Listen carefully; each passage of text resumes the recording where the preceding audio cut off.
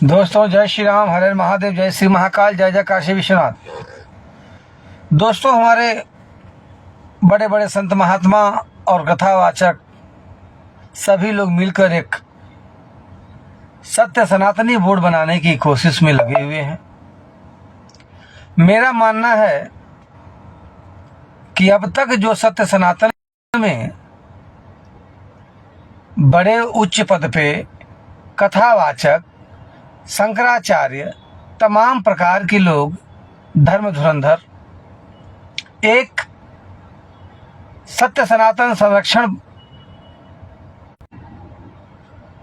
एक सत्य सनातन संगठन का बोर्ड नहीं बना पाए, जिसमें आताताई, आतंकी विचारधारा या देश में जो कट्टरती मजहब के लोग धर्म जबरदस्ती परिवर्तन कराने, उनके ऊपर जो भी हमारे युवा, जो हिंदू युवा हैं, उनको किसी भी तरह की क्षति पहुंचाते हैं, न उनका कोई केस लड़ने वाला है, न उनको कोई आर्थिक मदद चौपाने वाला है। और किस बेसिस पे आप जो है सत्य सनातनी बोर्ड बनाने की बात करते हैं?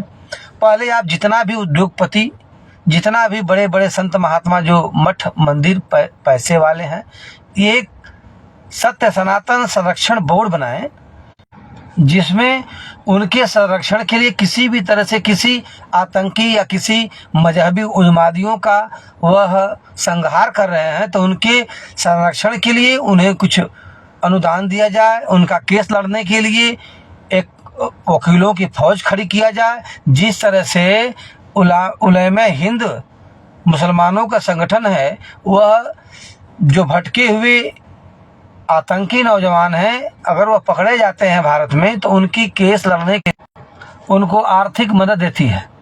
इस्लामिक संगठन को क्या करना है पूरे विश्व में उनका एजेंडा तय है। लेकिन सत्य सनातन हमारा अब जब दबने शुरू हुआ है, तब संत महात्मा पुरुष अपना अपना विचार रखना शुरू किए।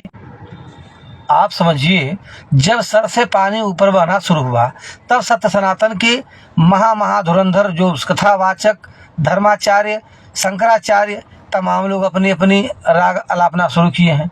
ऐसे हमारे अभी जो देश के दुर्दांत अपराधी और आतंकवादियों को 3 हमारे हिंदू शेरों ने मार कर गिराया, कोई भी धुरंधर उनका समर्थन नहीं किया कि नहीं, यह भटके हुए हमारे नौजवान हिंदू हैं, इनको समझाया जाएगा, बुझाया जाएगा कि नहीं, आतंकवादियों का आपने खात्मा किया है, हम आपका केस लड़ेंगे, आपको आर्थिक मदद देंगे। जब युवा धर्म के लिए युद्ध कर रहा है या समाज के उत्थान के लिए युद्ध कर रहा है, जिस तरह से अब मुसलमानों को सिखाया जाता है कि तुम बम ब्लास्ट कर लोगे तुम्हें 72 हुर्रे मिलेंगी, तो यह सब लालच नहीं देना कि 72 हुर्रे मिलेगी, तुम्हें स्वर्ग में जाओगे, तुम्हें इंद्र जो है इंद्र का पद भी मिलेगा। नहीं, जो है कि तुम सत्य सनातन का संरक्षण करने आए हो तो निश्चित है कि तुम्हें मौत गले लगाना होगा। और आप सभी लोग उनके घर के आर्थिक स्थिति मजबूत हो, किसी के यहाँ जाकर उनकी बहन बेटियों का कोई अहित न करे, इसको भी ध्यान में रखना होगा। सभी संतों से पहले मेरा यह कहना है कि जितना भी हिंदू युवा हमारे देश के लिए, धर्म के लिए और संस्कार के लिए युद्ध कर रहे हैं, जैसे गौ, अभी हमारा एक गौरक्षक मोनू मानेसर हरियाणा का, उसके ऊपर जब कांग्रेस की सरकार थी मध्य प्रदेश में, आपके राजस्थान में, उनको गिरफ्तार करने के लिए तमाम प्रकार की झूठी अफवाहें फैलाई गई। बीजेपी शासन में वो गिरफ्तार भी हुए। हम कह रहे हैं कि जब वो गौरक्षक है, गौ की सेवा के लिए वो बाध्य है, तो ऐसे गौ वध करने वालों का वध तो करना ही पड़ेगा, तब तो संरक्षण होगा। तुम कानून बना नहीं पाओगे, और जब तुम कानून नहीं बना पाओगे, तुम्हें वोट चाहिए। जो देशद्रोही पार्टियां हैं वो तो खुलेआम कह दे कि नहीं भाई, गौ जो है, गाय जो है, वो राष्ट्र माता नहीं हो सकती, ना वो जो है वो पशु है। अगर हम राष्ट्र माता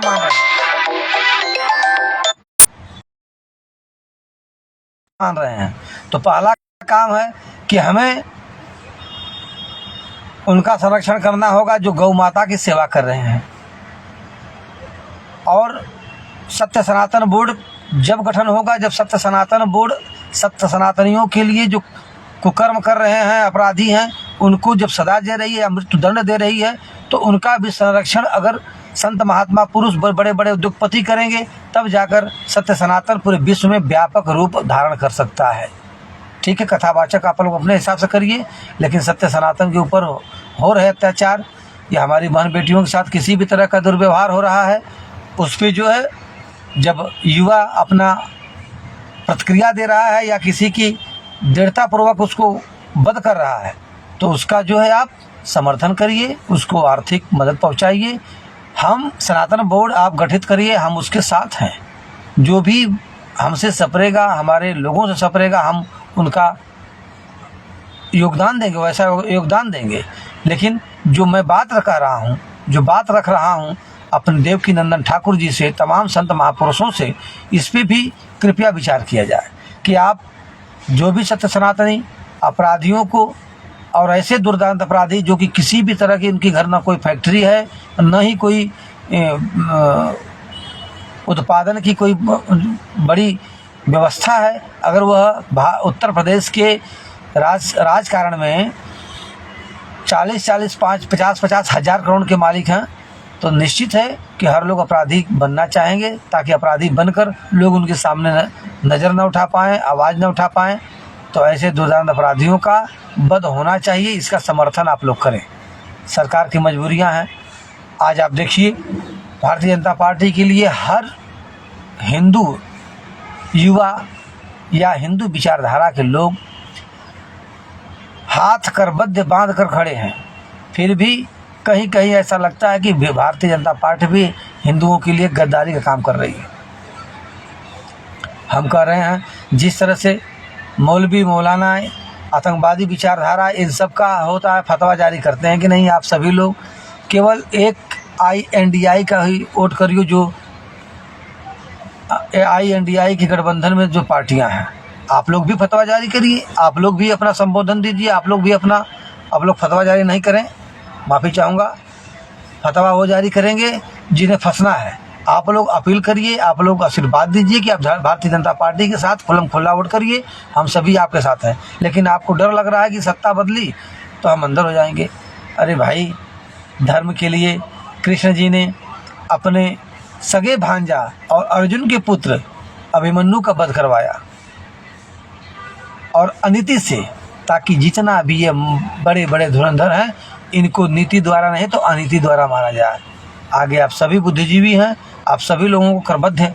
पुनः प्रणाम। जय श्री राम, हर हर महादेव, जय श्री महाकाल, जय जय काशी विश्वनाथ।